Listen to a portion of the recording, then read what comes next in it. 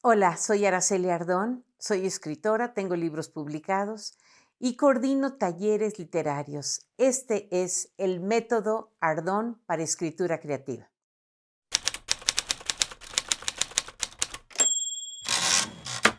Uno de los aspectos más importantes que tenemos que considerar antes de empezar a escribir es que nuestros lectores están esperando algo de los libros.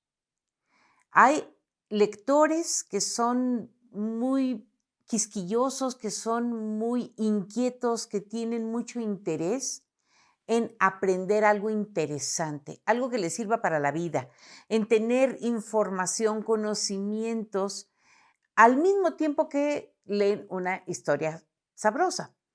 Este tipo de lector yo lo determino como el que busca información.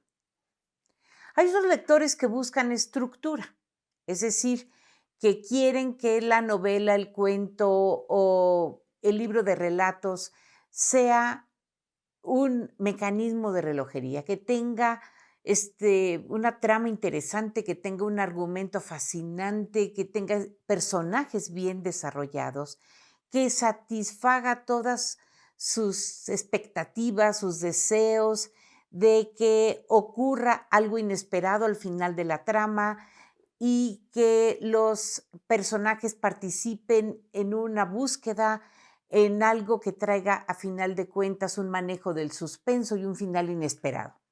Esos son los lectores que buscan estructura. Hay otros lectores que buscan la estética, la belleza del lenguaje, la poesía, la musicalidad del idioma.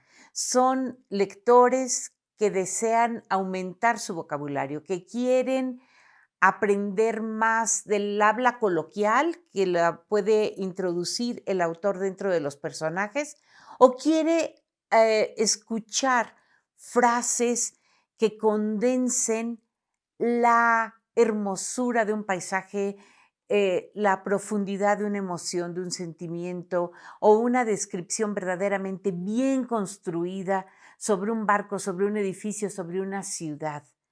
Esos son los lectores que buscan la estética, la belleza. Otros quieren un desafío a su inteligencia. Quieren que los diálogos sean una esgrima verbal. Quieren que los diálogos y los acontecimientos, los episodios, lo que ocurre dentro de las escenas de nuestro libro, lleven al lector a un estado de emoción por saber qué va a ocurrir y anticipen los lectores de alguna manera las respuestas de los lectores, perdón, las respuestas de los personajes a lo que otros personajes preguntan. Cuando hay un diálogo inteligente, cuando el lector pone todos sus mecanismos mentales persiguiendo a ese par de personajes que están hablando de un asunto del cual se va a dirimir un conflicto o se va a firmar un documento o se va a encontrar el culpable o se va a meter a la cárcel al culpable que ya se determinó su condena. Esos lectores buscan un desafío. Los lectores que buscan emociones.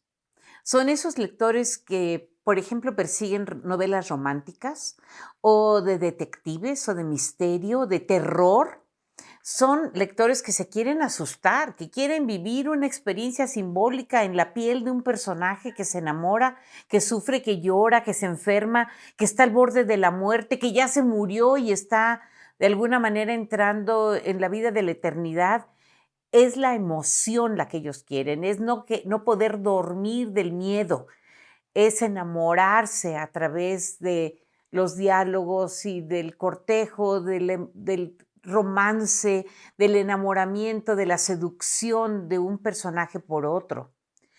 Las emociones están descritas en la narrativa dentro de los diálogos de los personajes y también en las explicaciones, en la descripción que hace la voz narrativa. Y también tenemos la verosimilitud como uno de los elementos de expectativa de los lectores. La verosimilitud es la capacidad que tiene un autor de convencer a sus lectores de que esto está ocurriendo, aunque se trate de que aquí aterriza un platillo volador y de allí sale una multitud de seres informes que no podemos ver a menos que nos pongamos unos lentes especiales y entonces los vemos a través de sus auras y esto que da origen a la ciencia ficción y a muchas películas. La verosimilitud se logra cuando el lector hace un mecanismo que se llama la suspensión de la incredulidad.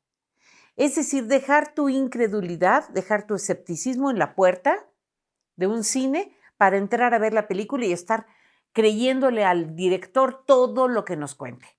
Spielberg nos va a poner en contacto con un ser extraterrestre o en encuentros cercanos del tercer tipo, vemos a estos personajes interactuando con naves espaciales. Todo eso lo vamos a creer porque ya le confiamos nuestra verosimilitud.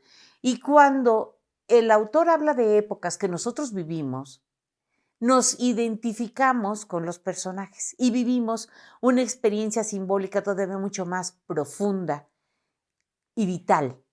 Bueno, estas 6 características, estas 6 expectativas de los lectores las voy a ir desgranando en los siguientes videos. La información, la estructura, la estética, el desafío, la emoción y la verosimilitud.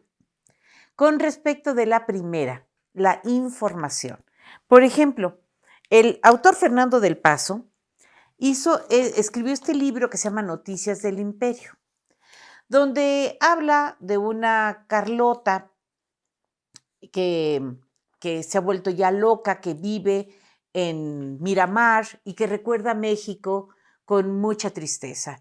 Y dice así: y mientras tanto, a los años y las intrigas se habían agregado las súplicas de otros mexicanos, entre ellos la de quien fuera plenipotenciario del presidente Miramón en París, el general Juan Nepomuceno Almonte, hijo natural de José María Morelos, caudillo también de la independencia mexicana, y el cual, por ser sacerdote, no le dio su nombre, aunque lo hizo coronel cuando era casi un niño.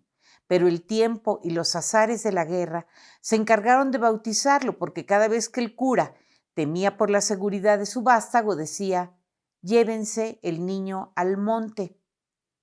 El general Juan Nepomuceno Almonte. Para un lector interesado en la historia, este es un dato interesante.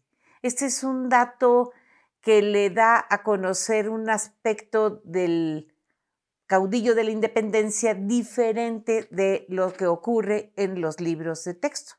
Y esto, por lo tanto, pues nos da información sobre la historia que resulta atractiva. En su autobiografía, el chileno Pablo Neruda, que fue Premio Nobel de Literatura,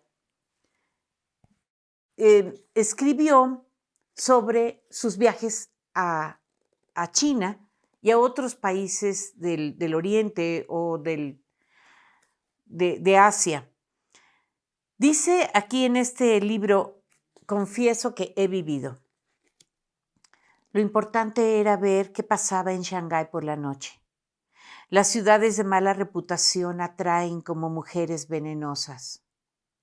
Shanghái abría su boca nocturna para nosotros dos, provincianos del mundo, pasajeros de tercera clase con poco dinero y con una curiosidad triste.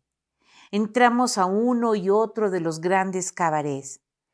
Era la noche de media semana y estaban vacíos.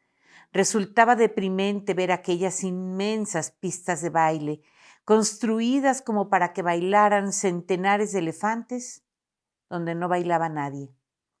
En las esquinas opacas surgían esqueléticas rusas del zar que bostezaban, pidiéndonos que las convidáramos a tomar champaña. Así recorrimos 6 o 7 de los sitios de perdición, donde lo único que se perdía era nuestro tiempo. Neruda fue cónsul de Chile en esta juventud suya que narra en Confieso que he vivido, y lo cuenta pues sus andanzas por diferentes partes del mundo. Hay un científico llamado Arthur C. Clarke. Arthur C. Clarke escribió Una Odisea Espacial, 2001. Este libro, por supuesto, no fue publicado en el 2001, sino que originalmente se publicó en España en 1970. Este libro fue una publicación originalmente en inglés de los años 60, es decir, casi medio siglo antes de cuando sus personajes viven una odisea espacial. Y comienza este científico, Arthur C. Clarke, en su prefacio, comienza su libro, del cual se hizo una película extraordinaria que usted debió haber visto. Tras cada hombre viviente se encuentran 30 fantasmas, pues tal es la proporción numérica con que los muertos superan a los vivos. Desde el alba de los tiempos, aproximadamente 100.000 millones de seres humanos han transitado por el planeta Tierra. Y es en verdad un número interesante, pues por curiosa coincidencia, hay aproximadamente 100.000 millones de estrellas en nuestro universo local, la Vía Láctea. Así, por cada hombre que ha vivido, luce una estrella en ese universo. Pero cada una de esas estrellas es un sol, a menudo mucho más brillante y magnífico que la pequeña y cercana a la que denominamos el Sol. Y muchos, quizá la mayoría de esos soles lejanos, tienen planetas circundándolos. Así, casi con seguridad hay suelo suficiente en el firmamento para ofrecer a cada miembro de la especie humana, desde el primer hombre mono, su propio mundo particular, cielo o infierno.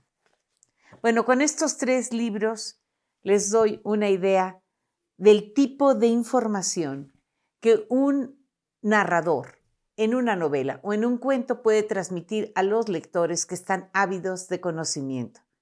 Muchas gracias por su atención. No se te olvide poner un me gusta o like a este video en el canal YouTube. Y también, si tú quieres hacer cualquier comentario o tienes dudas que yo pueda resolver, lo haré con mucho gusto.